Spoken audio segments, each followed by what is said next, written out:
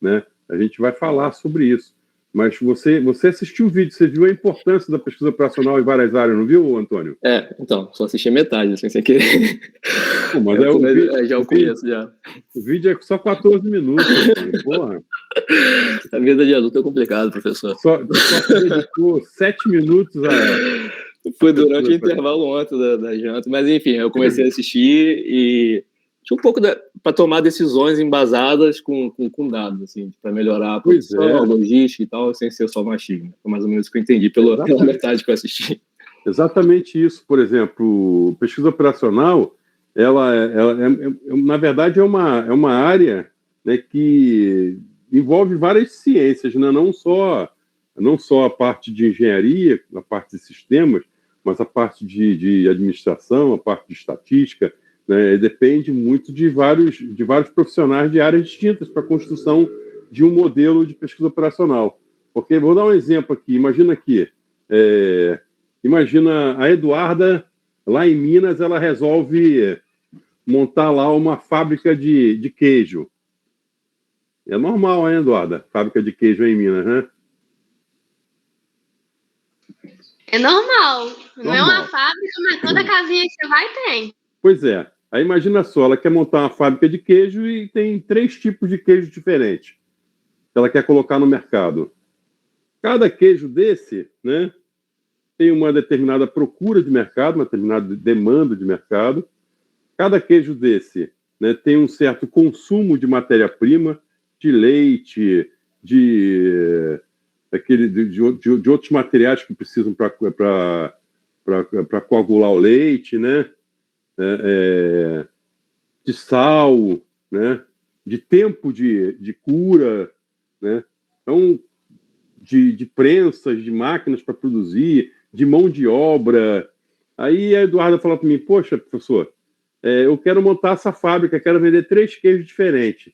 O queijo A, eu gasto 3 litros de leite para produzir, né? Eu gasto 3 litros de leite para produzir 1 quilo de queijo. O leite B, eu já gasto 6 litros de leite para produzir 1 quilo de queijo. E o tipo de queijo C, eu gasto 7 litros de leite para produzir. Sendo que o queijo A, eu também gasto 500 gramas de sal. E gasto um aditivo lá também, 100 ml do aditivo especial que custa um valor X. O queijo B também tem os seus componentes que precisam ter gastos. E os queijos, tanto o queijo A quanto B quanto C, tem tempos de cura diferentes. Demoram tempos para ficar pronto, né? E cada um desses queijos também tem uma certa necessidade de trabalho com eles, ou seja, tem uma certa quantidade de tempo que o profissional vai ter que gastar com eles. Vai ter um custo de uma pessoa tomando conta dele, fazendo o queijo. E vai ter um tempo para produzir esse queijo. Aí o queijo A custa X, o queijo B custa 2X, o queijo C custa 3X. Aí eu pergunto para a Eduarda, bom, qual seria a produção ideal para ter o maior lucro possível dentro da minha fábrica de queijo? Sabendo que eu vou ter uma quantidade limitada de leite, né, em, 1.000 litros de leite mês, sabendo que eu vou ter 3 funcionários para trabalhar, cada funcionário trabalha 8 horas por dia, né, sabendo que eu vou ter tantos quilos de sal, sabendo que eu vou ter tantos quilos não é coagulante, não, é outro nome que dá, para talhar o leite, não sei o nome que usa, né? Então, o que eu tenho? Eu tenho um problema, né? Eu tenho um problema e eu preciso resolver. Eu preciso saber qual é a melhor produção de queijo que eu posso fazer para consumir todo o meu leite, todo o meu sal, todo o meu tempo de trabalho, né? E ter o maior lucro. Como é que eu faria isso na minha fábrica, na minha casinha lá em Minas?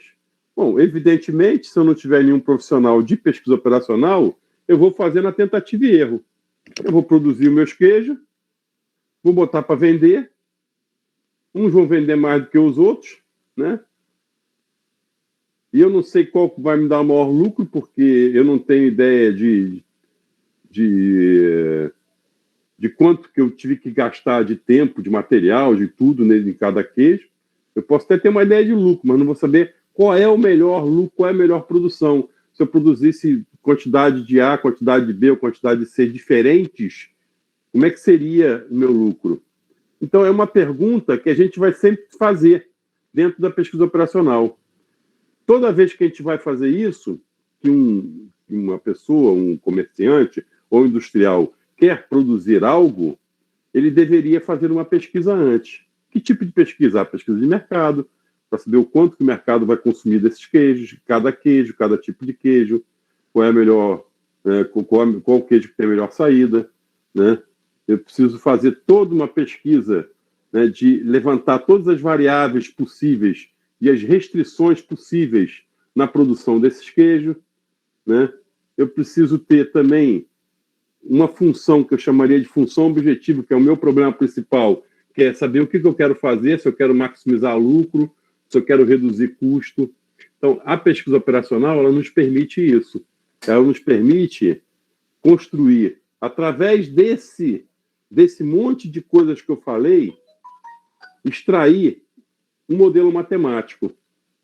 E, através desse modelo matemático, a gente consegue construir uma solução ótima, ou seja, a gente consegue saber qual a quantidade de cada produto desse queijo A, B e C que eu devo fazer para ter o meu maior lucro, consumindo todos os meus insumos.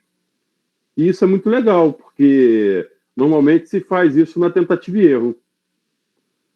Imagina só, eu pergunto para vocês, quem mora em Macaé aí? Eu. Antônio mora em Macaé. Tu anda de carro, Antônio?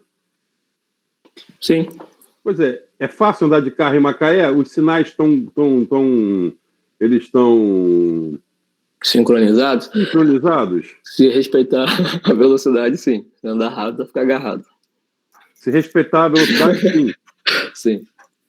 Então é sinal que usaram alguma técnica de pesquisa operacional para poder fazer com que esses sinais sejam sincronizados. Tá? Normalmente não se faz isso. Você já foi num hospital público em Macaé?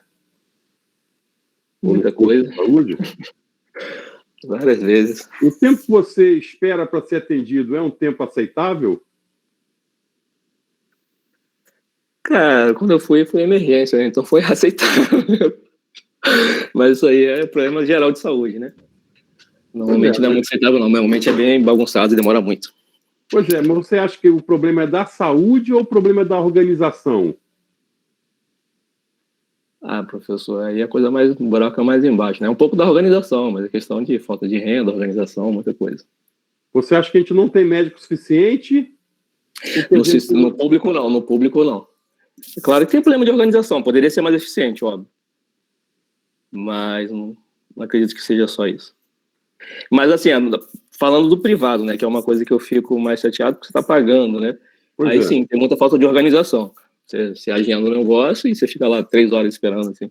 Meio absurdo. 3 horas não, mas 1 hora, 2 horas. Deixa eu fazer uma pergunta. Tanto no público quanto no privado, eles fazem alguma análise de fluxo de paciente no hospital? Não, claro Você acha que eles fazem? Claro que não, né? Pois é. Então, o que eu posso falar?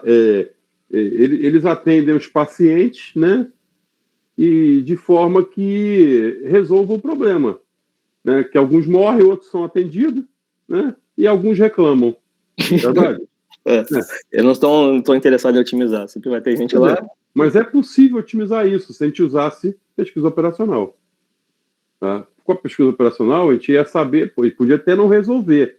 A gente podia ter restrições de mão de obra, restrições de equipamento, mas a gente saberia exatamente quais seriam as restrições que estariam segurando a demanda, entendeu? Eu poderia afirmar, não é melhor por conta de falta de equipamento, por conta de falta de sala, por conta de falta de pediatra, por conta de falta de ginecologista, por conta de falta de geriatra, ou por conta de falta de clínico geral, mas eu saberia exatamente qual seria a falta, né? E é exatamente isso que vocês vão aprender em pesquisa operacional. É descobrir a solução ótima e verificar quais são os impedimentos dentro de um processo, o que está segurando uma produção, por exemplo. por exemplo, na questão do queijo lá, da que eu falei da Eduarda, a gente podia estar produzindo os queijos, né, vendendo, e podia estar sobrando leite por falta de mão de obra. E o leite está estragando, porque não tem mão de obra. Tá? Então, a gente ia saber exatamente por que está sobrando leite. E a gente poderia contratar mais pessoas para poder garantir que esse leite não sobrasse. E essa aqui é a história da pesquisa operacional. Ela nos dá esse poder, né, de decisão. Então, é uma ferramenta decisória, uma ferramenta de escolha, de a gente poder montar os processos e entender onde é que está a falha. Ok, gente? Então, vamos lá. Hoje é um bate-papo, a gente vai conversar sobre a nossa matéria. Eu vou falar para vocês como é que a gente vai lidar com essa matéria de pesquisa operacional. Tá? Vocês estão me escutando? Sim. Sim. Ah, tá, porque está dizendo que eu estou fora de... Estou sem acesso à internet. Ah, tá bom. Não, tá, o computador está dizendo que eu estou sem internet, mas se vocês estão me escutando é porque ele está mentindo. Né? Então vamos continuar. Eu vou compartilhar minha tela e vamos lá no AVA.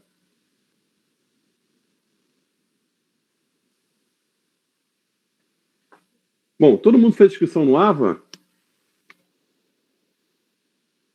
Sim. Alguém não fez a inscrição no AVA? Alguém deixou de fazer? Todo mundo fez, né? Quem não fez, faça agora.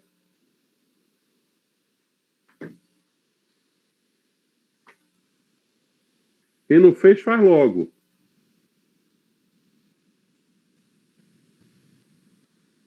Vou fechar mais isso aqui. Vou fazer o contrário.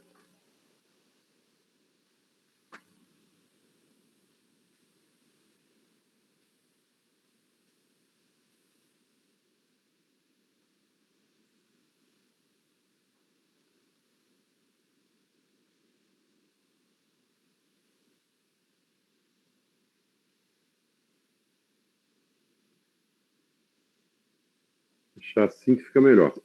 Bom, que aqui eu vejo o bate-papo, se alguém quiser falar alguma coisa, eu consigo ver, né? E aqui eu vejo o AVA. Bom, primeira coisa que eu vou fazer, galera, eu vou criar uma continha no WhatsApp para gente, um grupo, e vou colocar aqui o link para que vocês possam se cadastrar. Novo grupo.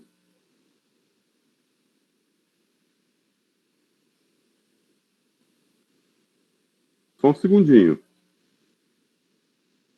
PO1 4819, não é isso? Não, não é? Vocês me ouvem?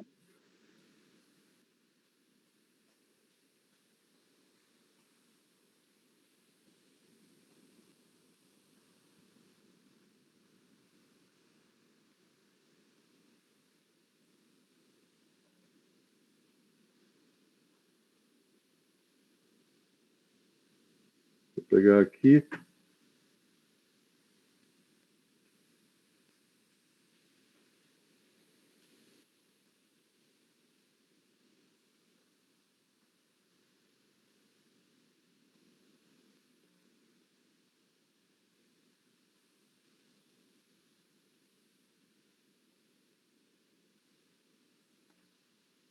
Aí, se cadastre nesse grupinho aí, que é o nosso grupo do WhatsApp. Todo mundo clica aí, vai entrar direto aí no WhatsApp.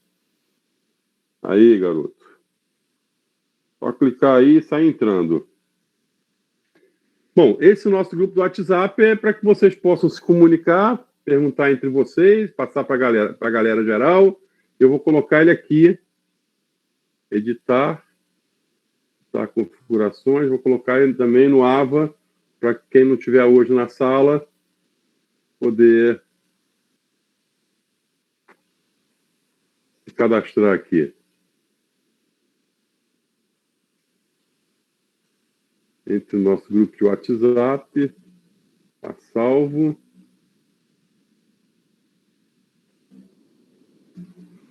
Agora eu vou deixar ele visível. Ô, Anselmo, boa noite. Desculpa, eu cheguei um pouco atrasado. Você falou já sobre o método de avaliação, como é que será? Vou falar agora. Ok. Quem está falando é Maraísa? Maraísa, Anselmo. Você não me enganou, não, né? Que você falou que PO não era tão horrível igual programação. Ô, Maraísa, que isso? Logo você passou bonito em programação. Olha, hein? Você cantar pra gente, a gente vai deixar você passar fácil. Ok. Essa piadinha é velha demais, né, Maraísa? Eu já até ignoro, ouço toda hora. Pô. Tudo bem. Vamos lá. Eu vou falar. É mesmo critério do semestre passado, Maraísa. Tá? Então, é bem moleza, né? Aqui, ó, tô no AVA. A gente tem alguns avisos que eu posso postar para vocês. Fórum de notícias, que eu posso disparar notícias. E aqui o nosso link dos encontros semanais, que vão ser todas as sextas-feiras, de 6 até as 7h30, 8 horas. A gente vai, né, levar, na medida que a gente for sentindo necessidade, a gente pode aumentar a quantidade de aulas. O encontro nosso vai ser só às sextas-feiras. A quinta-feira, que seria um outro encontro nosso, vai ficar exclusivo para vocês fazerem as atividades, que não são poucas. Eu passo bastante atividade em PO. Então... Misericórdia. Oi? Mas nem igual em prog, que você passa aquela lista enorme, não, né? Não, é uma lista menor. Só que dá mais trabalho do que prog. Tá? Então é a mesma coisa. Então, vocês vão ter a quinta-feira para sentar a bundinha em frente ao computador e abrir o computador no meu horário de aula e fazer o exercício. Aí falar, professor, eu não tive tempo. Mentira, porque tem um dia que a gente não tem aula online. Então, vocês podem usar esse dia para fazer as atividades. Tá correto? A gente tem um fórum que tem dúvidas sobre modelagem e dúvidas sobre método gráfico. Esses são os dois primeiros assuntos que a gente vai tratar. Primeiro, modelagem. Segundo, método gráfico. A parte mais difícil da nossa matéria é o primeiro tópico, que é a parte de modelagem. Tá? É o primeiro tópico. Modelagem. Então, se peguem nessa parte para estudar e aí, aprendendo modelagem, vocês vão aprender todo o resto com facilidade. Por quê? Porque além de a gente fazer isso na mão, manualmente, eu vou ensinar para vocês algumas ferramentas, alguns softwares que vão poder ajudar a vida de vocês, facilitar a vida de vocês. Então, a parte principal da nossa disciplina é aprender a modelar o sistema, ou seja, é transformar aquela conversa que eu falei toda no início aí, aquele monte de coisa, um monte de variáveis, um monte de restrições, né, em uma fórmula matemática. E a gente vai aprender a fazer isso. Eu vou ensinar vocês a fazer isso várias vezes, a gente vai ficar aí umas 2 ou 3 semanas remoendo essa parte de modelagem, para depois, sim, a gente começar a transformar esse modelo matemático em uma solução. Então, primeira coisa, se abstrair, a gente tem que se abstrair de buscar um resultado inicial. Não se preocupem em achar a solução inicialmente. A gente não vai buscar solução. A gente vai buscar a construção do modelo. Não vai falar de solução ainda. As primeiras aulas, a gente vai construir modelos.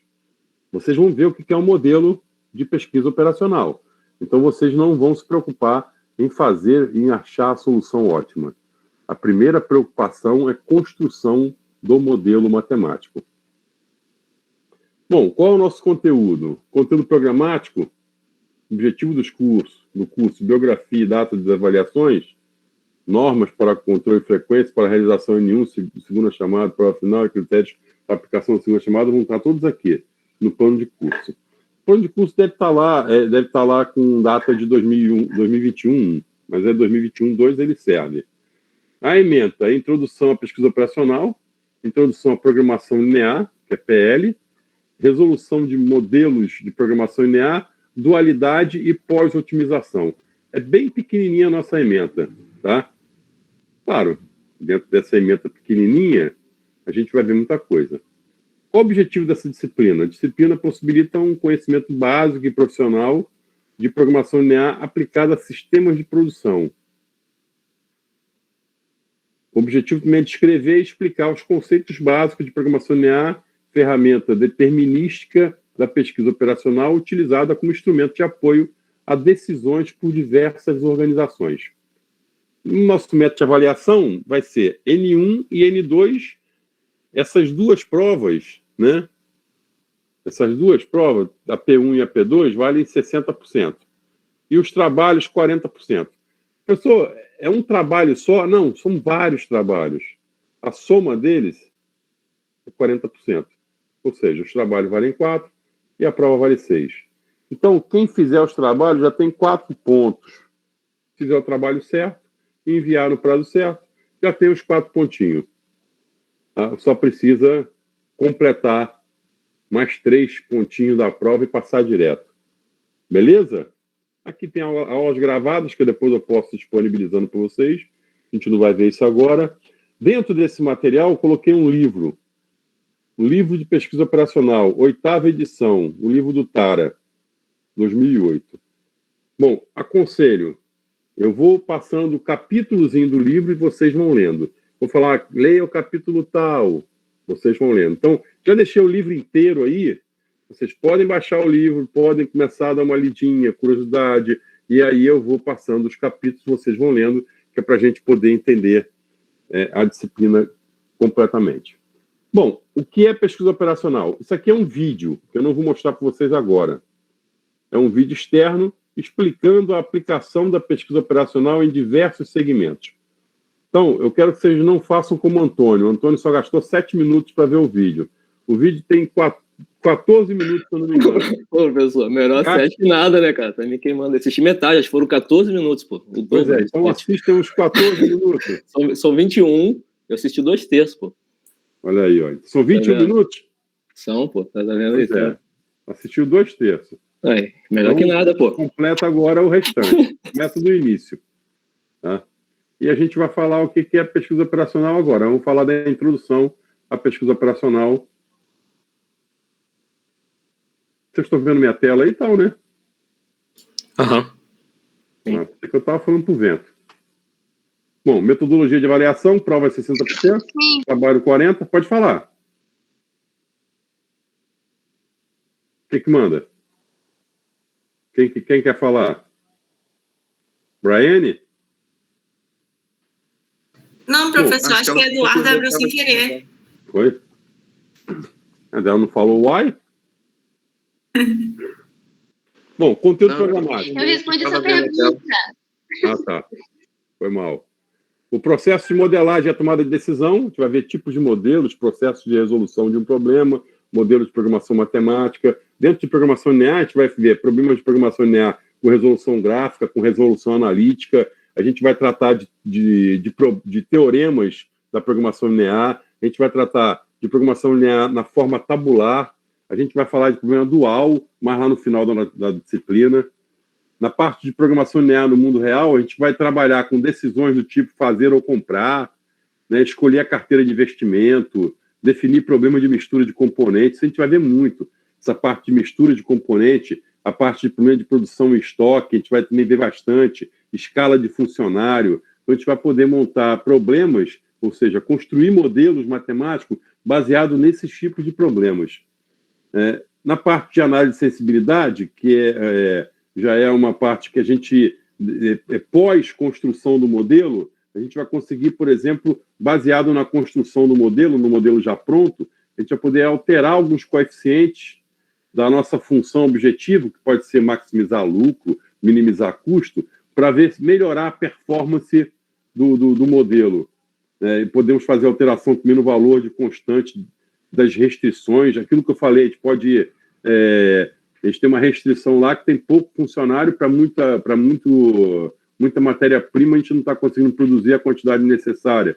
A gente pode mudar esses valores, sugerindo a contratação de novos funcionários, ou a redução ou comprar menos matéria-prima, né, para não ter sobra, para não sobrar, né? A gente também vai analisar a parte de redução de custo. A gente vai verificar problemas que existem, que tem em vez de ter uma solução ótima, podem ter várias soluções ótimas. Né? Existem vários problemas assim, que, em vez de sugerir, não ter que baixar algum programa para demonstrar ou algo assim, vão sim. Eu vou passar para vocês os programinhas que a gente vai baixar. Tá? Eu vou, inclusive, passar uns vídeos para que vocês aprendam a instalar. Tá? Bem simples. Eu vou passar, antes do final da aula de hoje, já passo o link dos programas. Tá? A gente vai ver também problemas que não têm solução, que a gente fala que são problemas de solução degenerada. Né? A gente vai aprender isso tudo. Bom, então, pesquisa operacional. Pesquisa operacional, na Inglaterra, se chama Operation Research, e nos Estados Unidos, Operation Research. Né? Um é Operational Research, o outro é Operations Research. Para a gente não muda absolutamente nada esse termo. Então, pesquisa operacional é um método científico de tomada de decisões. Isso dito por Silva, né, em 1998. Pesquisa operacional é uma metodologia administrativa que agrega, em sua teoria, 4 ciências fundamentais. Lembra que eu falei que a gente precisa de vários profissionais de várias áreas para a construção de modelos de pesquisa operacional, né, de programação linear? Então, ele precisa, na sua preparação, para que a gente possa ter a análise e a tomada de decisão, a gente precisa de vários profissionais na área de economia, de matemática, de estatística e de informática. O pessoal da informática, é o caso da Brian e companhia, que é da área de sistemas, eles vão ficar responsáveis pela construção dos algoritmos para resolução dos problemas. É claro, já existem os algoritmos prontos para a solução desses problemas, né? A gente não precisa implementar novos algoritmos, né? Eles já existem e a gente já utiliza eles em larga escala na parte de pesquisa operacional. Mas eles só foram possíveis, só foram criados e construídos com o suporte da galera de informática. Então, nessa área de pesquisa operacional, é importante o entendimento de como esses algoritmos funcionam dentro do modelo matemático. Então, a pesquisa operacional, na verdade, ele é um método científico de tomada de decisões. Bom, em linhas gerais, ela consiste na descrição de um sistema organizado com auxílio de um modelo. E, através da experimentação do modelo, a gente faz a descoberta da melhor maneira de operar o sistema. Então, na verdade, o que quer dizer com isso? Nós temos aí, né, uma parte cognitiva do profissional. Ele precisa entender o meio que ele quer automatizar, o que ele quer, né, tomar decisões, né? E ele precisa ter essa parte cognitiva, entender essa parte também de custos, essa parte de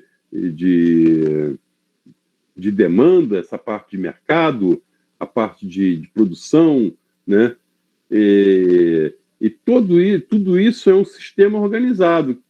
E depois que a gente consegue construir esse sistema e construir um modelo, aí a gente pode aplicar as técnicas de algoritmo que já existem. Então, o que eu digo? A parte mais difícil da pesquisa operacional é a construção desse modelo. É a parte mais complicada.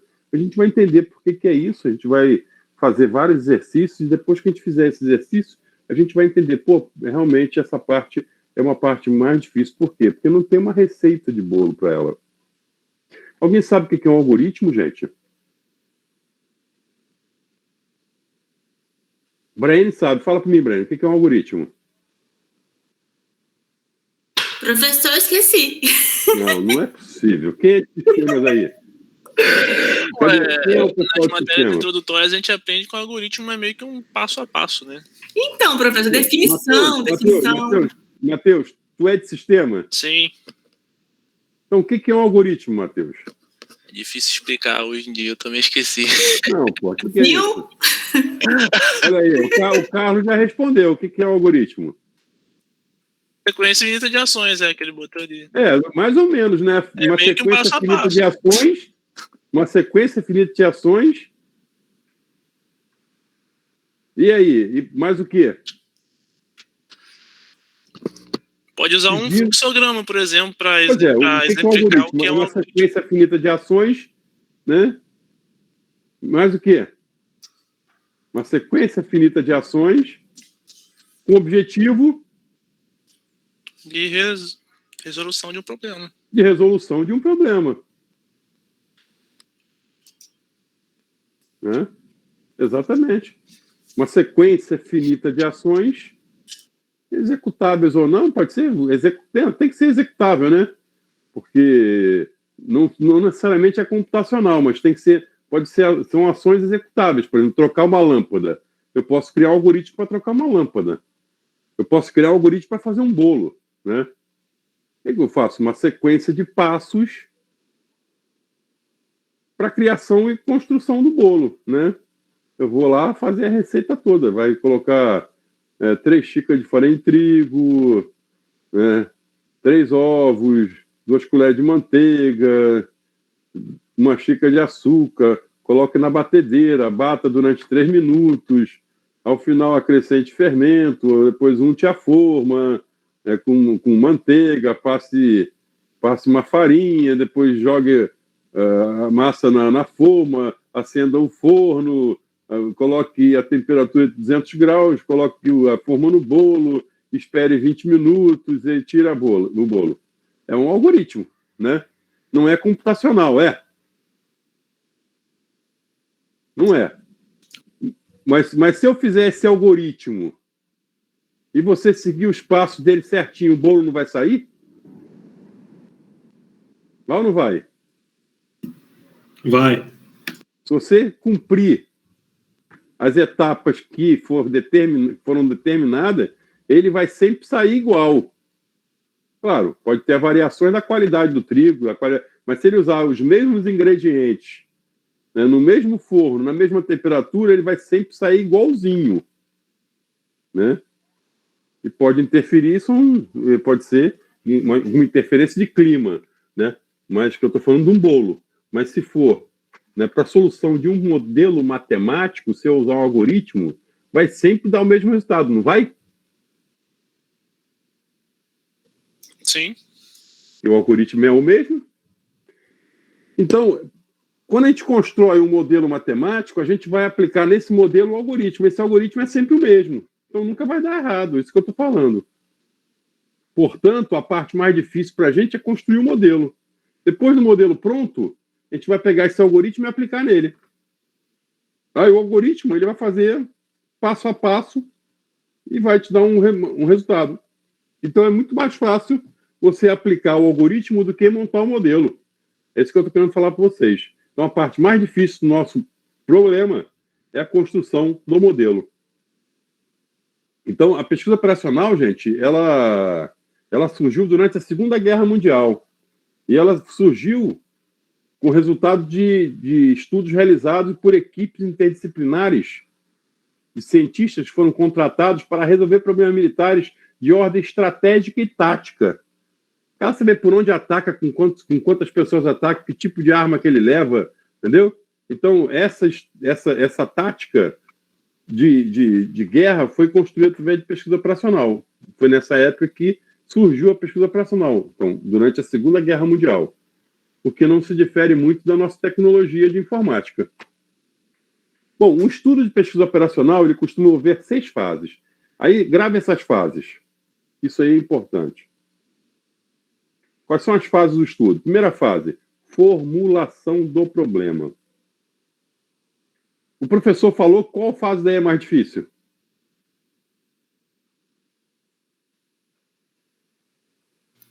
Deve ser a própria formulação, né? Formulação do problema. Depois, construção do modelo, cálculo da solução através do modelo, teste do modelo, estabelecimento de controles da solução e, por último, a implantação e o acompanhamento. A gente vai aprender todas essas fases aqui, uma por uma.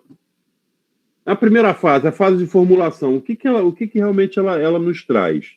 Nessa fase, o administrador do sistema e o responsável pelo estudo de PO, que é o técnico lá, não somente os dois, mas uma equipe, eles deverão discutir no sentido de colocar o problema de maneira clara e coerente, definindo os objetivos a alcançar e quais os possíveis caminhos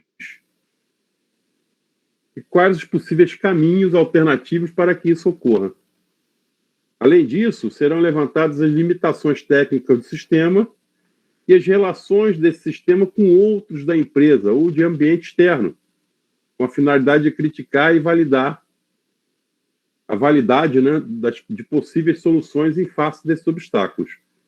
Bom, nessa fase deverá ainda ser acordada uma medida de eficiência, ou seja, eu preciso definir o que é eficiente para mim, né? Qual é o lucro que eu quero atingir, qual é o custo que eu quero reduzir.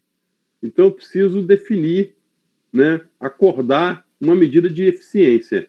Nesse nosso caso aqui, a gente não vai nem trabalhar com esses passos de medida de eficiência. A gente vai receber resultados. Mas na vida real, no mundo real, né, a gente vai precisar, junto com o administrador, definir a estratégia, definir essa medida de eficiência. O quanto ele quer crescer, por exemplo, durante o ano. Né, o quanto de custo que ele quer reduzir durante 6 meses, durante 1 ano, durante 10 anos. Então, essa medida de eficiência ela deve ser prevista, né? E deve ser incluída dentro do nosso processo decisório. Fala, pode perguntar. Anselmo, isso significa aí que tipo assim, não vai ter uma resposta certa? Vai ser cada pessoa vai fazer de um jeito? Não. A gente vai ter sempre uma resposta certa. Mas numa pós-análise, a gente pode otimizar para melhorar o nosso sistema, entendeu? Quem perguntou? Não escutei. Maraísa, entendi. Maraísa, olha só. A gente vai ser... No nosso caso aqui, é o que eu falei, no nosso caso aqui, a gente não vai acordar essa medida nesse nosso caso, porque a gente vai dizer é isso ou é aquilo. A gente vai fazer o cálculo e vamos dar o resultado. Entendeu? Sendo bom ou sendo ruim. Para a gente não vai importar isso. Né? Mas imagina só, um administrador pede que você faça uma análise da produção dele através do mecanismo de pesquisa operacional. Você faz e vê que está dando prejuízo. O que você vai fazer com ele? Vai falar, toma aí, deu prejuízo. Bem feito. Né? Vai fazer isso? Não, né? Vai propor, né? Você vai propor, né, ajustes para que ele tenha a melhor eficiência. Entendeu?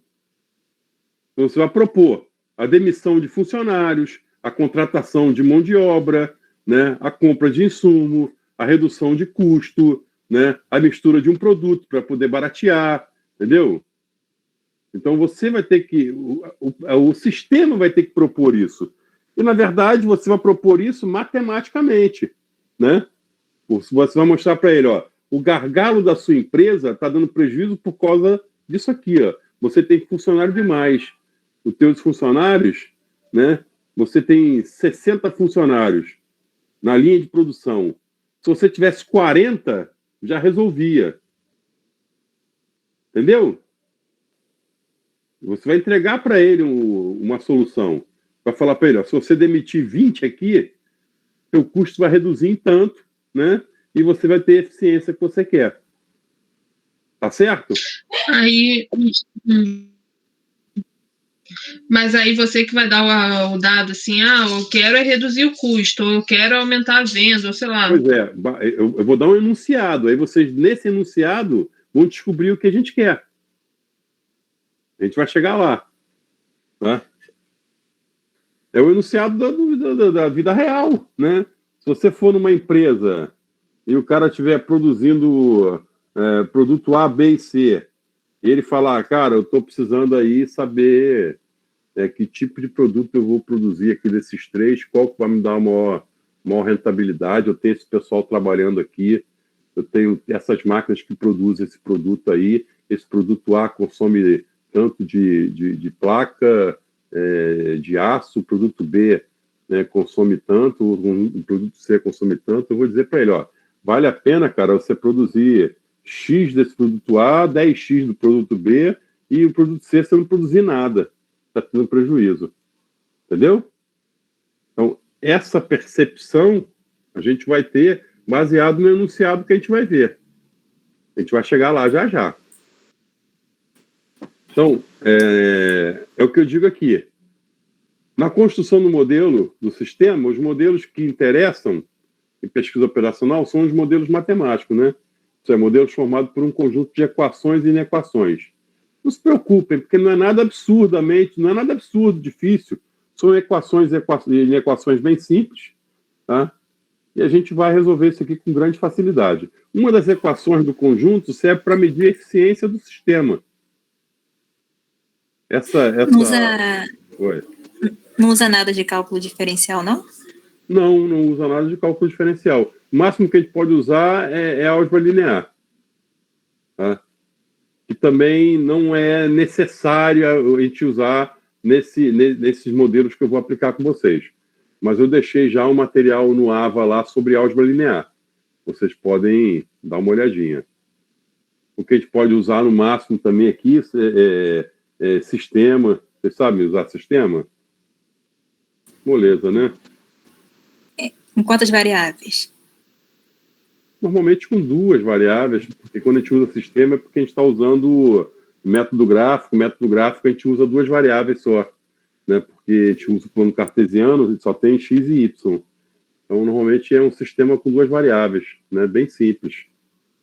Os que são maiores, a gente vai usar simplex, aí já é a aplicação de um algoritmo que você não precisa fazer cálculo.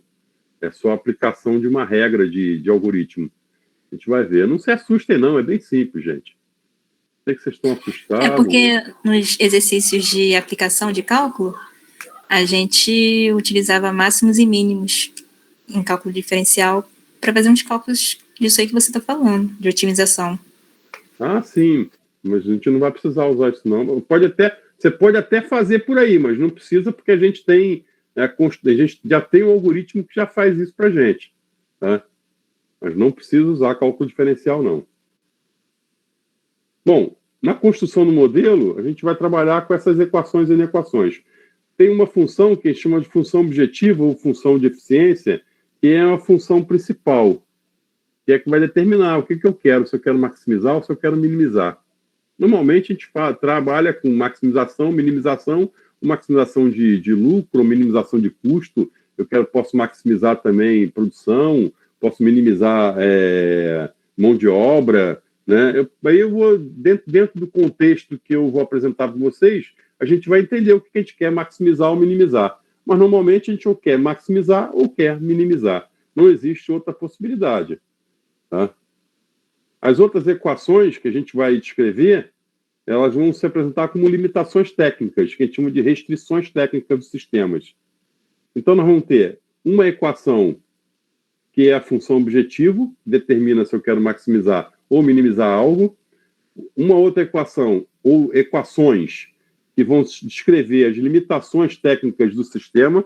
Por exemplo, diga lá, eu tenho, para fabricar 2x, né, que seria x1, por exemplo, seria o queijo A, para fabricar 2x1 mais 3x2, né, eu tenho 1.000 litros de leite, tem que ser menor ou igual a 1.000, né? Então, eu vou falar que para produzir essa quantidade de queijos, eu tenho no máximo 1.000 litros de leite. Então, a soma dessas quantidades produzidas não pode ultrapassar a quantidade de insumo que eu tenho. Então, isso vai entrar como uma restrição e como uma inequação. E as inequações, normalmente, elas vão ser de maior ou igual, maior, menor, menor que, maior ou igual, menor ou igual. As variáveis que compõem as equações vão ser de 2 tipos, variáveis controladas, né, ou variáveis de decisão, e variáveis não controladas, que a gente vai ver agora o que são. Quando a gente fala na parte prática, vocês vão ficar com mais tranquilidade do que eu estou falando. A gente fala na teoria assim, aí fica voando, a gente fica imaginando como é que será, mas quando vocês começarem a ver a parte efetiva das questões, vocês vão ver que isso é bem fácil. As variáveis controladas ou de decisão. Bom, as variáveis controladas de decisão são variáveis cujo valor ele está sob o controle do administrador. Então, decidir, nesse caso, é atribuir um particular valor a cada uma dessas variáveis. Por exemplo, numa programação de produção, por exemplo, a variável de decisão vai ser a quantidade a ser produzida em um determinado período de um determinado produto. Tá? O que compete ao administrador controlar. Isso a gente chama de variáveis de decisão. E as variáveis não controladas são as variáveis cujos valores são arbitrados por sistemas fora do controle. Por exemplo, o custo da produção, demanda de produtos, preço de mercado, isso vão ser variáveis não controladas. A gente vai entender cada uma delas. Aí diz assim, ó, um bom modelo é aquele que tem desempenho suficientemente próximo do desempenho da realidade e é de fácil experimentação. Então, quando é que a gente consegue construir um bom modelo?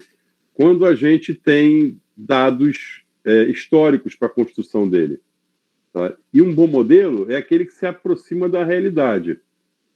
A gente vai ver como é que funciona isso mais na frente. O cálculo da solução através do modelo ele é feito através de técnicas matemáticas específicas. A construção do modelo deve levar em consideração a disponibilidade de uma técnica para cálculo da solução. A gente tem diversas técnicas. A gente vai sempre utilizar o modelo e aplicar uma determinada técnica a ele. A gente vai começar primeiro com a construção do modelo e a aplicação de uma técnica que a gente chama método gráfico. Depois a gente vai usar o simplex e as derivações do simplex. Teste do modelo e da solução. Esse teste é realizado com dados empíricos do sistema. Bom, claro, se houver dados históricos, eles vão ser aplicados. A gente não vai fazer testes aqui. A gente vai simplesmente apresentar o valor. Tá? A gente pode até analisar os resultados, sabendo se o desvio for aceitável ou não. A gente não vai reformular problemas baseado em resultados que não foram atingidos. Aquela história que eu falei no início. Eu não vou aplicar a matéria para vocês, né, para que vocês corrijam um mau funcionamento de um problema. Eu vou querer que vocês me deem a resposta do problema. Tá? Essa parte de refino, ou de análise, ou de teste, isso cabe ao administrador. O estabelecimento de controle da solução, a construção e a experimentação com o modelo identificam parâmetros fundamentais para a solução do problema. É outro tópico que a gente não vai trabalhar também, tá? Que é a alteração dos parâmetros para poder melhorar a solução. E, por último, a implementação e acompanhamento. Isso aqui também a gente não vai fazer, mas é importante a gente saber que na fase da implementação, a solução será apresentada ao administrador e tem que ser usada uma linguagem técnica, uma linguagem de uso técnico do modelo, evitando uma linguagem técnica, né, para que o administrador possa entender.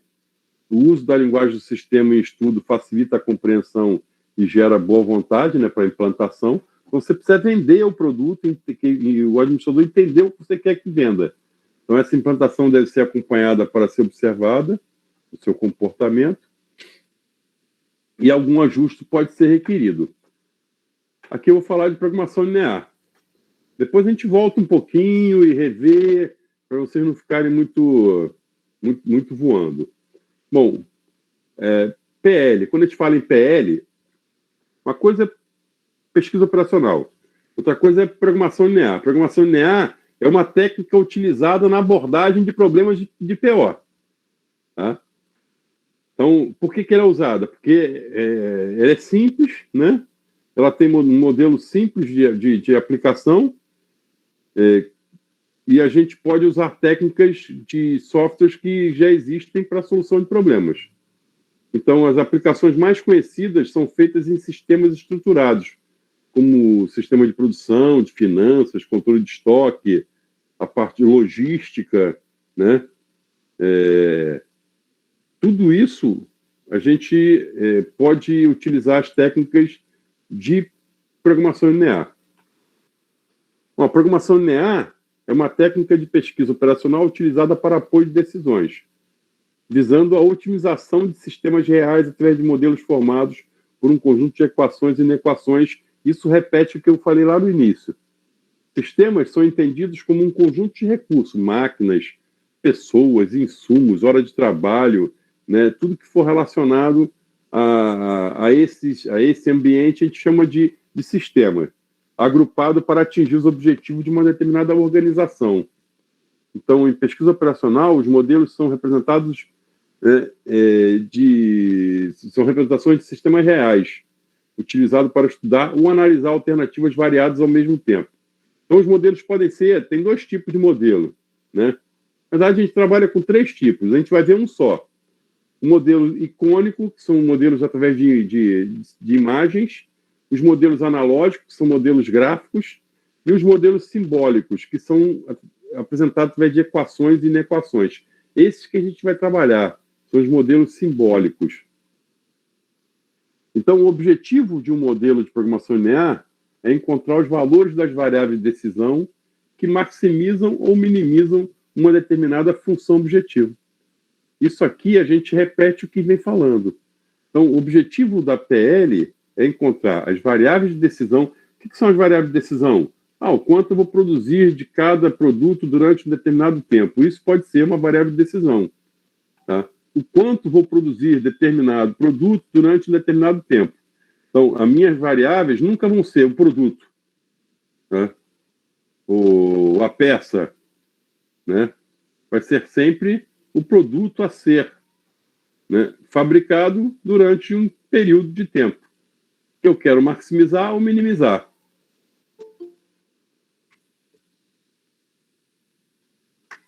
Outra coisa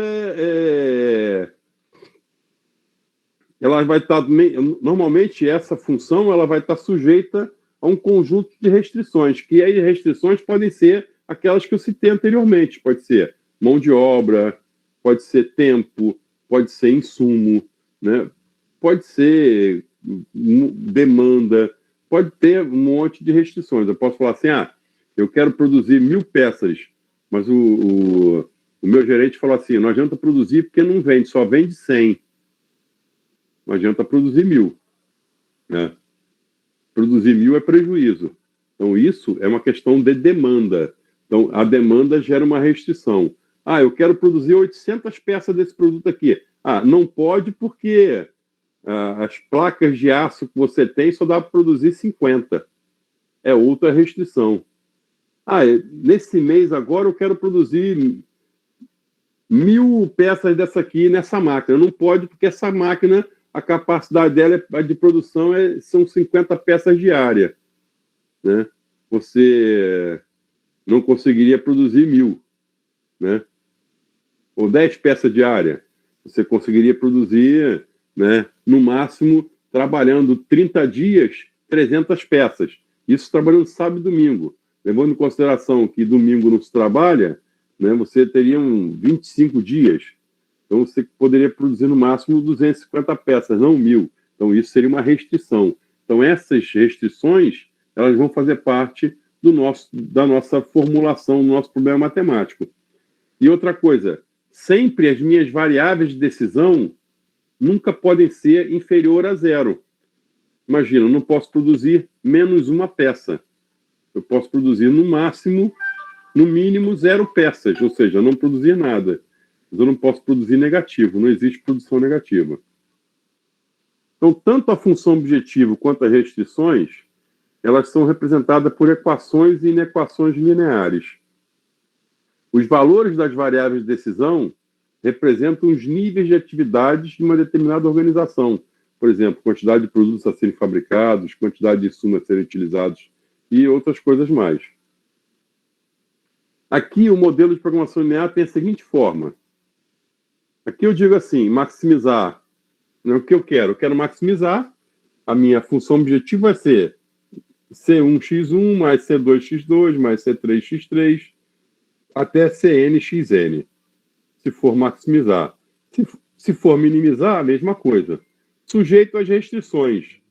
A1x1, A12x2 mais A1nxn, sendo menor ou igual, maior ou maior ou igual ao primeiro termo, ao segundo termo, ao terceiro termo, e assim por diante. Então, eu posso ter ou maximização ou minimização sujeito às restrições técnicas. E, por último, as restrições de não negatividade. Tanto x1 quanto x2 devem ser maior ou igual a 0. Bom, nesse caso, eu falo aqui, xj vai ser a variável de decisão ou nível de atividade a ser determinado. CJ é o custo ou lucro unitário. CJ, XJ é o custo ou lucro total da quantidade XJ. BJ é o valor limitante referente a restrições J. E a IJ é o coeficiente que representa a contribuição unitária alternativa a J à restrição I. Claro que vocês, lendo assim, o entendimento é pouco, mas quando a gente montar uma atividade, vocês vão entender. Deixa eu passar aqui, modelo matemático de programação linear composto de uma função objetiva linear e de restrições técnicas representadas por um grupo de inequações lineares. Aqui está o primeiro modelinho para vocês entenderem. Então, função, isso aqui, se eu entregar para vocês pronto, já está pronto o modelo. Então, aqui eu estou dizendo o seguinte, que eu tenho uma função objetivo, imagina aqui, x1, né, e x2, aqui seriam dois produtos. Aqui seria a quantidade de produto A a ser produzido, quantidade de produto B a ser produzido. X é uma variável. X é uma variável. 1 e 2 representa o produto. Produto 1, produto 2. X é a variável, ou seja, a quantidade a ser produzida num determinado tempo. Quantidade a ser produzida num determinado tempo. Então, 2 vezes a quantidade a ser produzida mais 3 vezes a quantidade a ser produzida vai me dar um lucro de quanto? Baseado nessas restrições. A gente vai construir esse modelo baseado no enunciado que a gente vai ver mais na frente. Aí vou dizer assim, as variáveis controladas ou variáveis de decisão são x1 e x2. A função objetivo ou função eficiência mede o desempenho do sistema. No caso, a capacidade de gerar lucro para cada solução apresentada. O objetivo é maximizar o lucro. As restrições garantem que essas soluções estão de acordo com as limitações técnicas impostas pelo sistema. Imagina, eu posso falar lá que x1 e x2 é um determinado produto a ser produzido, né, em determinado tempo. E aqui é a quantidade, 2x1, 3x2. Aí eu digo, para fabricar 4x1 mais 3x2, eu tenho apenas 10 unidades de couro. Isso aqui é uma sandália. X1 é uma sandália, X2 é uma sandália. Sandália 1, a sandália do tipo 1, né, vai ser fabricada em um determinado tempo. Quanto é que eu vou lucrar com ela? Cada sandália dessa vai me dar 2 de lucro. Então, cada sandália dessa fabricada vai me dar R$2 de lucro. E essa sandália X2 aqui, cada sandália X2 dessa fabricada vai me dar 3 de lucro. Então, eu quero saber quantas sandálias X1 eu tenho que fabricar e quantas sandálias X2 eu tenho que fabricar para me dar o maior lucro. Só que eu tenho essas restrições aqui. Eu vou dizer aqui, ó, quando eu fabrico 4x1 mais 3x2, eu só tenho 10 metros de couro para fazer isso. Só que a sandália X1 gasta 4 metros. E a sandália X2 gasta 3 metros. Então, se eu fabricar 2 sandálias X2, já deu 6 metros. Só dá para fabricar uma X1. Já deu os 10 metros. Tá certo? Se eu fabricar 2 sandálias... Se eu fabricar 2 sandálias X1, eu já não consigo fabricar nenhuma da X2. Por quê? Porque eu só tenho 10 metros de couro. Eu já gastaria 8 metros aqui. Beleza? Então, assim que funciona a nossa construção. Então, a construção do modelo matemático, no caso o modelo linear, é a parte mais complicada do nosso estudo. Por quê? Porque não tem uma regra fixa para esse trabalho. Mas a gente vai poder sugerir um roteirozinho para ajudar a ordenar esse raciocínio. Esse modelo vem agora. Assim, ó. Roteiro. Construindo um modelo matemático linear. Como é que eu faço? Essas 3 perguntinhas têm que ficar na nossa cabeça. 3 perguntinhas. Quais as variáveis de decisão? Primeira coisa que eu tenho que pensar. Outra coisa, qual o objetivo? E outra coisa, quais são as restrições? Então, quando eu olhar um enunciado, eu vou ter que ter essas 3 perguntas e vou ter que buscar a resposta dessas 3 perguntas. Alright? Bom, quais as variáveis de decisão? Bom, aqui o trabalho consiste em explicar as decisões que devem ser tomadas e representar as possíveis decisões através de variáveis chamadas de variáveis de decisão. Bom, se o problema é de programação de produção, as variáveis de decisão vão ser a quantidade a produzir num período. Beleza? Então, se o problema de programação de produção, se o problema for de produzir alguma coisa, as variáveis vão ser sempre a quantidade a produzir em um determinado período. Agora, se for um problema de programação de investimento, as variáveis vão representar as decisões de investimento, isso é, quanto investir em cada oportunidade de investimento. Em que período? Nas descrições sumárias de sistema, isso fica claro quando lemos a questão proposta. Que isso é a pergunta do problema. Qual o objetivo? O objetivo também é simples. Aqui devemos identificar o objetivo da tomada de decisão. Ele sempre aparece na forma de maximização de lucros ou receitas ou minimização de custos ou perdas. Então, a função objetivo é a expressão que calcula o valor do objetivo. Quando falar em lucro, a gente, vamos logo lá em lucro, vamos logo na parte financeira, que ela vai ser a nossa função objetiva. Quando falar em custo, vamos logo lá. Quando falar em receita, então a gente vai sempre na parte monetária, né? Buscar isso aí. Quais são as restrições? Bom, cada restrição imposta na descrição do sistema deve ser expressa como uma relação linear, ou igualdade ou desigualdade, montado com as variáveis de decisão. Vamos ver uma situação, né, para a gente tentar entender. Por exemplo, qual é o plano de produção para uma empresa maximizar seus lucros nos itens apresentados? Construa um modelo de programação linear para o caso seguinte. Olha só, eu quero maximizar o lucro. Dê uma lidinha aí para mim. Certa empresa fabrica 2 produtos, P1 e P2. O lucro unitário de produto P1 é de 1.000 unidades monetárias e o lucro unidade de P2 é de 1.800 unidades monetárias.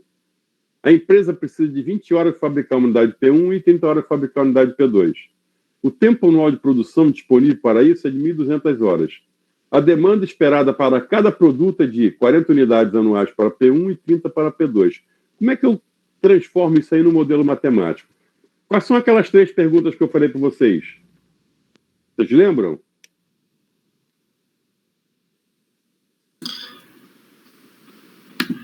Quais as variáveis de decisão, qual o objetivo, quais restrições? Vamos lá, quais são as variáveis de decisão aí? P1 e P2? Não, P1 e P2 é um produto. O que é? O lucro e a demanda? Não, quais são as variáveis de decisão?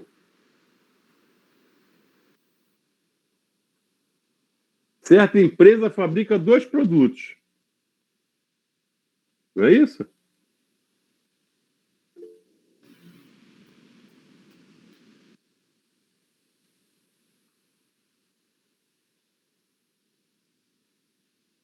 X1 e X2, professor? Quantidade de P1 a serem fabricados no período. Essa é a primeira variável. Porque, gente, o que é variável? O que é uma variável? Fala para mim. O que é uma constante?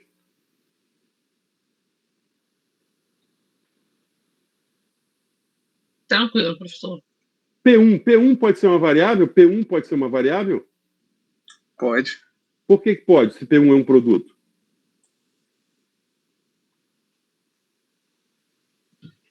Porque ele vai passar uma informação, né? Não, peraí, não. P1 é um produto.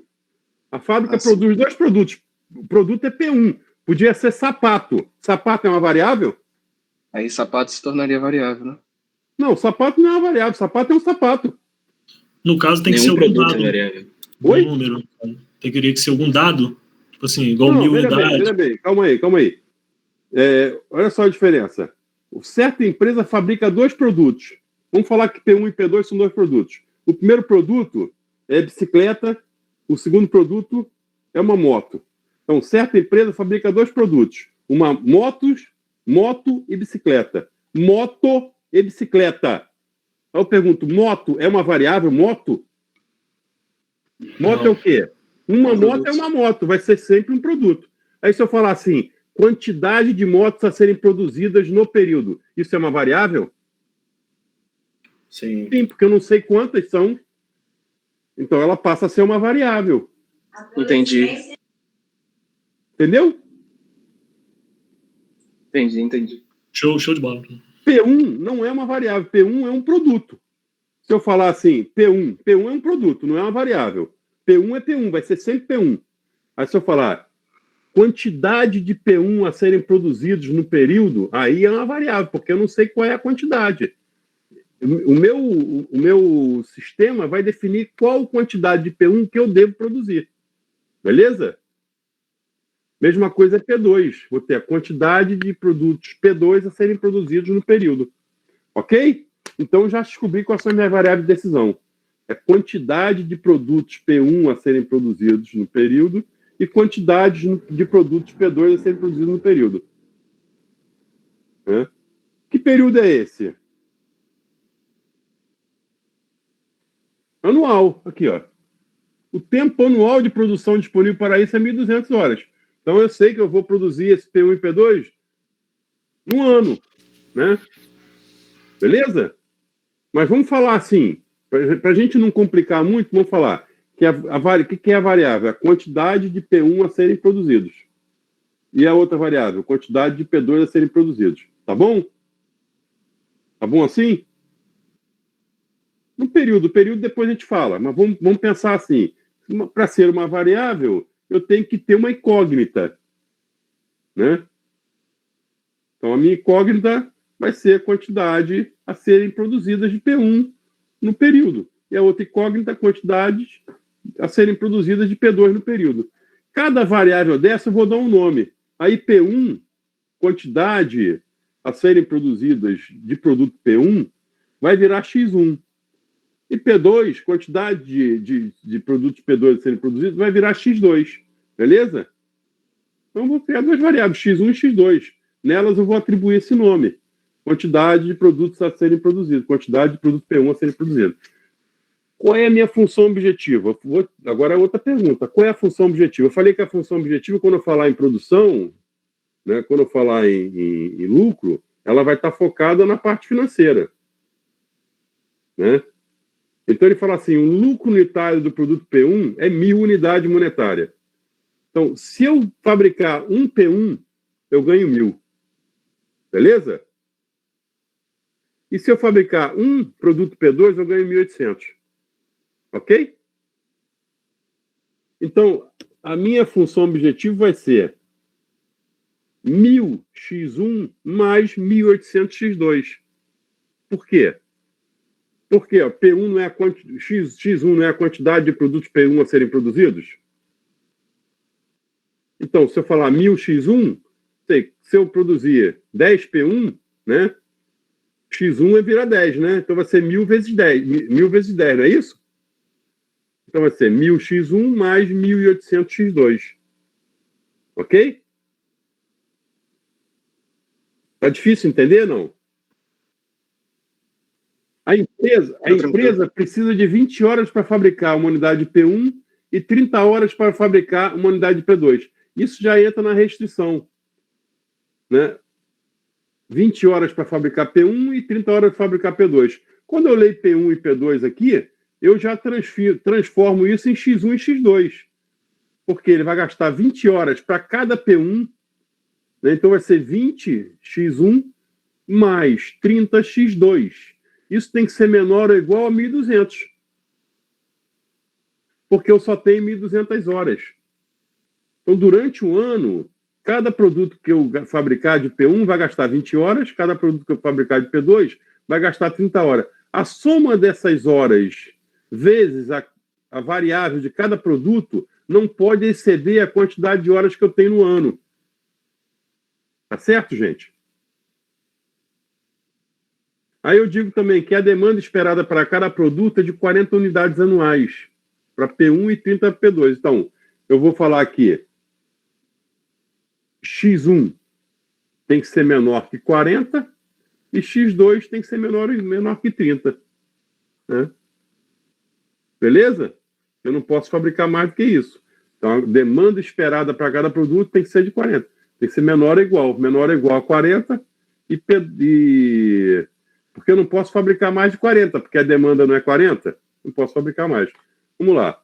Aqui, o que deve ser decidido é o plano de produção. Isso é, quais as quantidades anuais que devem ser produzidas de P1 e P2. Portanto, as variáveis de decisão serão X1 e X2, onde X1 vai ser a quantidade anual produzida de P1 e X2 a quantidade anual produzida de P2. Beleza? Porque eu falei, certa empresa fabrica 2 produtos, P1 e P2. Depois, o objetivo é maximizar o lucro, que pode ser calculado. Lucro devido a P1, 1.000. 1.000x1, porque lucro por unidade de P1 vezes a quantidade produzida de P1. Lucro devido a P2, 1.800 vezes X2, porque é o lucro por unidade de P2 vezes quantidade produzida de P2. E o lucro total, mas L é igual a 1.000x1 mais 1.800x2. Então, o objetivo é maximizar o lucro de 1.000x1 mais 1.800x2. Se eu fabricar, né, 10x1 e 20x2, eu vou botar 1.000 vezes, né, 10 mais 1.800 vezes, né, 20. E vou saber qual é o meu lucro. As restrições impostas pelo sistema. Primeira restrição. A empresa precisa de 20 horas para fabricar a unidade P1 e 30 horas para fabricar a unidade P2. Então, disponibilidade de hora para a produção é de 1.200 horas. Horas ocupadas com P1, 20. Então, é 20x1. É o uso por unidade, vezes quantidade produzida.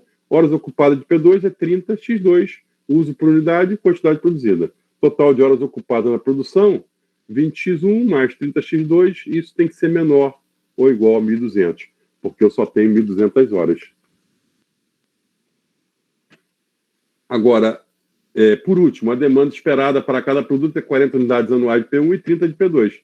Então, a restrição descritiva da situação, né, vai ser quantidade a produzir de P1, né, é X1. Beleza? Então, X1 tem que ser menor ou igual a 40. E quantidade a produzir de P2, X2. Restrição descritiva da situação, X2 menor ou igual a 30. Nosso modelo fica assim, ó. Maximizar lucro igual a 1.000x1 mais 1.800x2, sujeito a essas restrições técnicas e as restrições de não negatividade. Tá difícil, né, gente? Então vamos ver aí, ó. Exemplo da dieta. Para uma boa alimentação, o corpo necessita de vitaminas e proteínas. Dê uma olhadinha aí, tentem fazer isso aí. Vocês querem o quê? 10 minutos para fazer?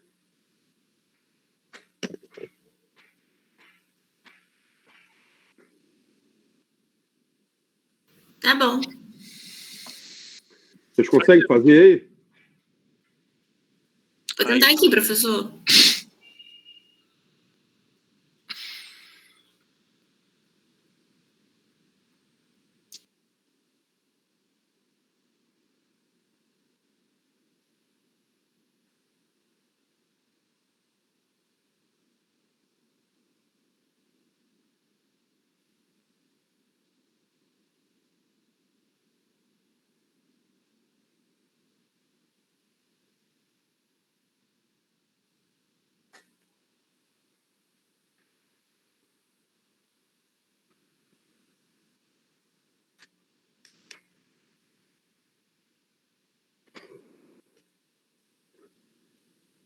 Vocês conseguem me dizer qual é a função, quais são as variáveis de decisão?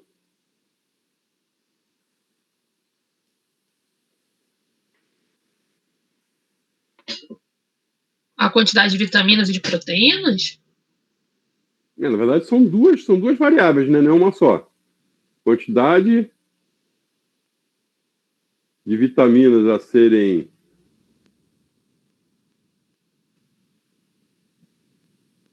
A quantidade de vitaminas... A quantidade diária de carne e ovos que deve ser consumida e as vitaminas e proteínas?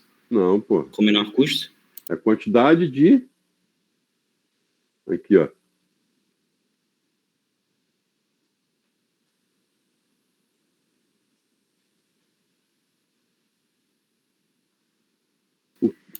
Veja bem.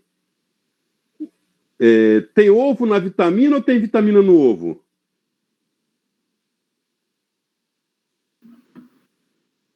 Vitamina está onde? Está no ovo ou o ovo está na vitamina? Vitamina no ovo. A vitamina está dentro do ovo. A vitamina está dentro da carne ou a carne está dentro não, a proteína está dentro da carne ou a carne está dentro da proteína? Você tem que comer o quê? A carne ou tem que comer a proteína? Tem que comer proteína, né? Tem que comer a carne. Você comendo a carne absorve a proteína. Não é isso? Sim. Então, as minhas variáveis de decisão, elas vão ser a quantidade de ovos a serem consumidos por dia e a quantidade de carne a serem consumidos por dia. Essas vão ser as duas variáveis. Concordam comigo?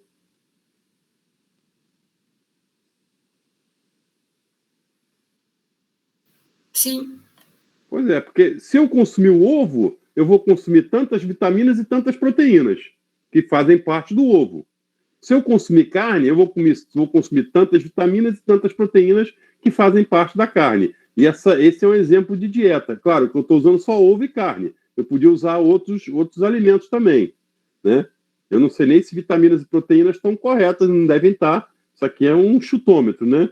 Para mim não importa muito a parte, né, das vitaminas e proteínas, até porque o nosso curso aqui, né, não é de nutrição, né? É de pesquisa operacional. Tá? Eu posso pedir uma nutricionista para produzir uma dieta aqui para a gente trabalhar legal, né?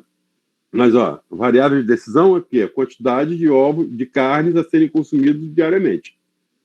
E a outra variável é a quantidade de ovos a serem consumidos diariamente. Beleza? O cara quer fazer o quê? O que ele quer fazer aí? Ele quer maximizar ou minimizar?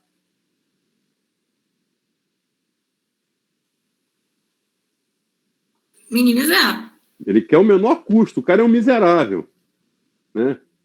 Ele quer, com menor custo, ele quer manter sua dieta balanceada, ou seja, ele não quer morrer.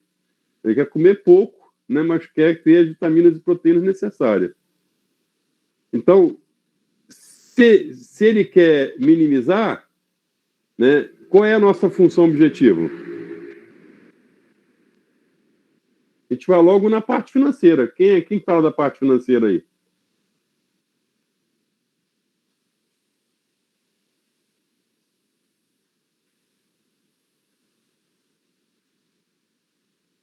O último parágrafo. Fala para mim, gente.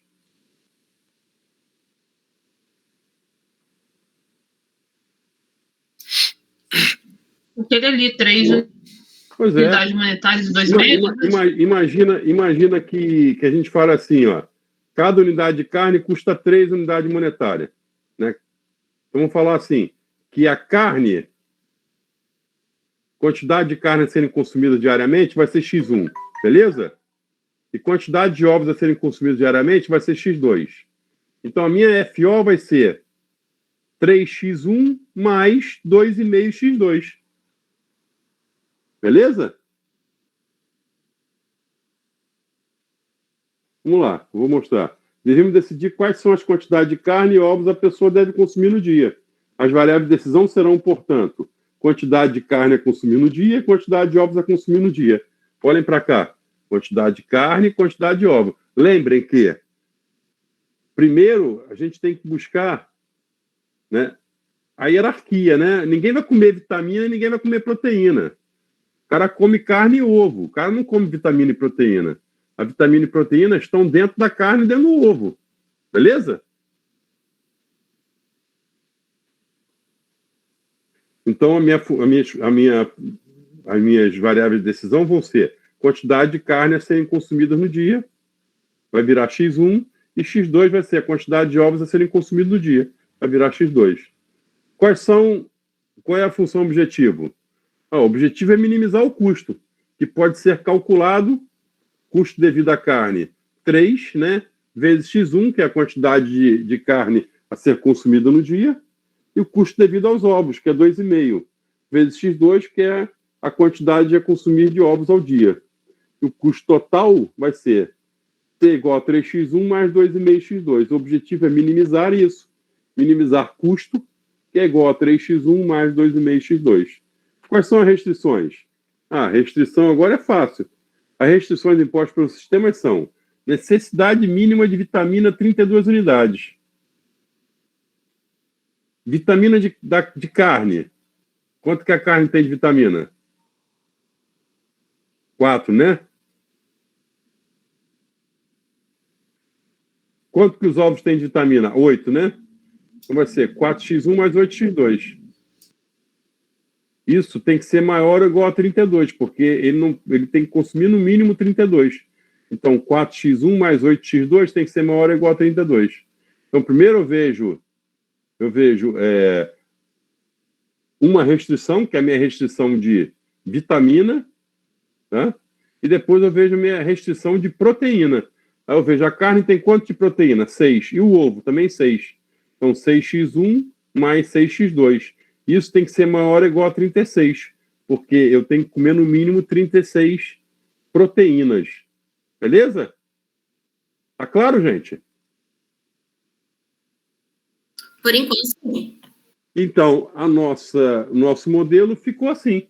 Minimizar custo, 3x1 mais 2,5x2, sujeito a essas restrições técnicas, que a primeira restrição é de vitamina, onde a carne tem 4 de vitamina e o ovo tem 8, e a segunda de proteína, onde a carne tem 6 e o ovo também tem 6, sendo que eu tenho que consumir no mínimo 32 vitaminas e no mínimo 36 proteínas. Então, quando eu falo no mínimo, tem que ser maior ou igual. Quando eu falo no máximo, tem que ser menor ou igual. Ok? E, por último, as restrições de não negatividade, onde x1 e x2 eu não posso consumir menos uma carne. Né? Não tem como. A não ser que eu corte um pedaço da mão e fale aqui, ó, menos uma carne. Né? Corte a língua, jogue fora, menos uma carne. Não tem como eu consumir menos uma carne. E nem menos um ovo. Eu posso consumir 0 ovos ou 0 carnes. Mas negativo não posso.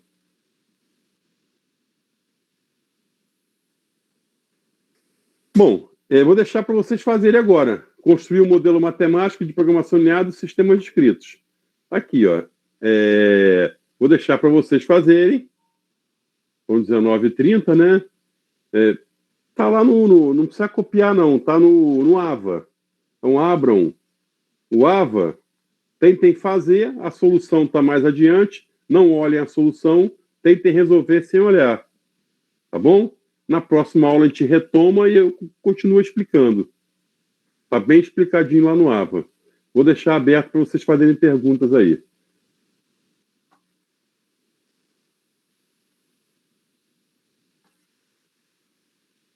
Perguntas?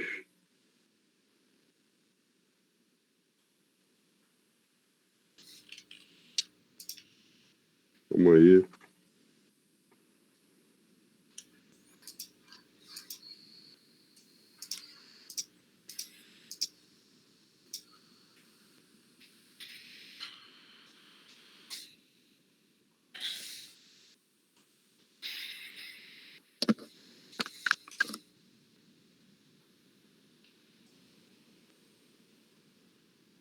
Baixa esse software aí, ó. Instale. Tá? O senhor está mandando onde? Aí na mensagem. No chat. Ah, tá. Depois eu vou colocar lá no WhatsApp também. PO1.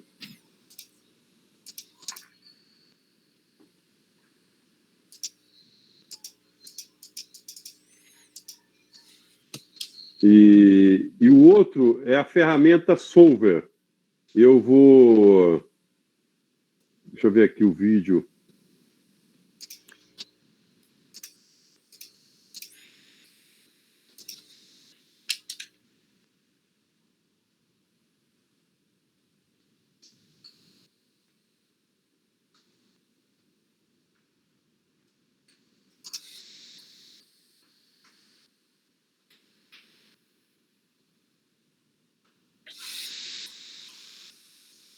Coloquei aí, ó. É o primeiro da lista aí, instalando o Solver.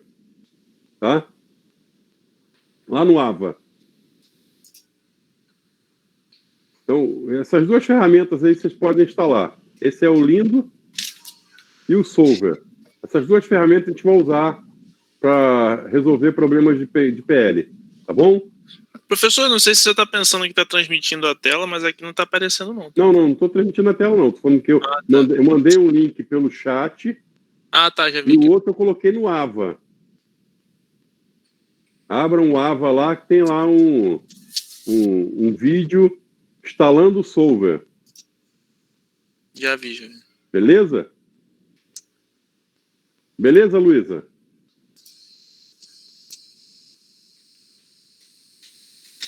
Alguma pergunta, galera? Vamos lá. Vamos lá que hoje é sexta-feira. Estou doido para ir embora. Ô, professor, eu sei que hoje é sexta-feira, mas depois aí um pouquinho tem como falar sobre a questão do TCC? Tem sim. Você chegou a falar com o Laí sobre isso? Não, né? Não, porque eu cheguei a consultar umas pessoas e me falaram que o senhor seria, assim, o mais adequado para esse assunto. Pois é. Não, você já tem alguma coisa escrita, não? Não. Na verdade, eu pensei nesse assunto há pouco tempo. Você decidiu isso por quê? Porque eu tô trabalhando com... Eu assumi uma demanda